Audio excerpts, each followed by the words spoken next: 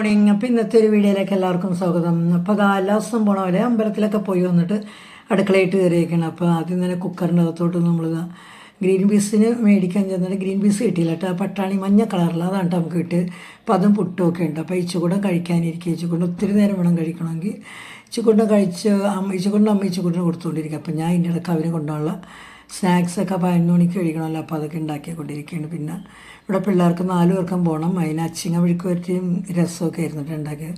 പിച്ചുകൊണ്ട പാത്രത്തിലൊക്കെ എടുത്തൊക്കെ വെച്ച് കഴിഞ്ഞിട്ട് 5 പോകാൻ റെഡിയായി. അപ്പം 5 എല്ലാം ചോറുമൊക്കെ എടുത്ത് 5 ടാറ്റായി മറിഞ്ഞ് 5 പോയി. ഇനി ഇച്ചുകൂടിനെ റെഡിയാക്കണ ജോലിയാണ് കേട്ടോ.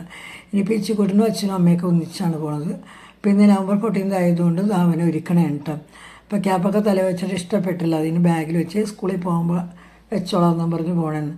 അപ്പോൾ ഇന്നത്തെ ശിശുദിനത്തിന് ഇച്ചുകൂടിനെ എണ്ണയിൽ ഇട്ടേക്കണത്. ഇതൊക്കെ കഴിഞ്ഞ് എന്താ കാപ്പിയുടെയൊക്കെ നടത്തിക്കൊണ്ടിരിക്കുക. കാപ്പിയുടി കഴിഞ്ഞിട്ട് നമ്മുടെ ചെടിയൊക്കെ പച്ചക്കറി തൈയൊക്കെ വളർന്നാന്ന് നോക്കാൻ വേണ്ടി പോയി നോക്കിയത്. അപ്പം നമ്മളെല്ലാം നട്ടു. ഇതിൽ നിന്ന് എടുത്തേണ്ട നട്ടത് ഈ പാക്കറ്റിൽ നിന്ന് ചെടിച്ചട്ടിയിൽ എല്ലാം വളർന്നൊക്കെ കിട്ടിയിട്ടുണ്ട് കേട്ടോ. ബീറ്റ്റൂട്ട് മാത്രം പോയെന്ന് തോന്നണം. ബാക്കിയെല്ലാം പൊങ്ങി തുടങ്ങിയിട്ടുണ്ട്.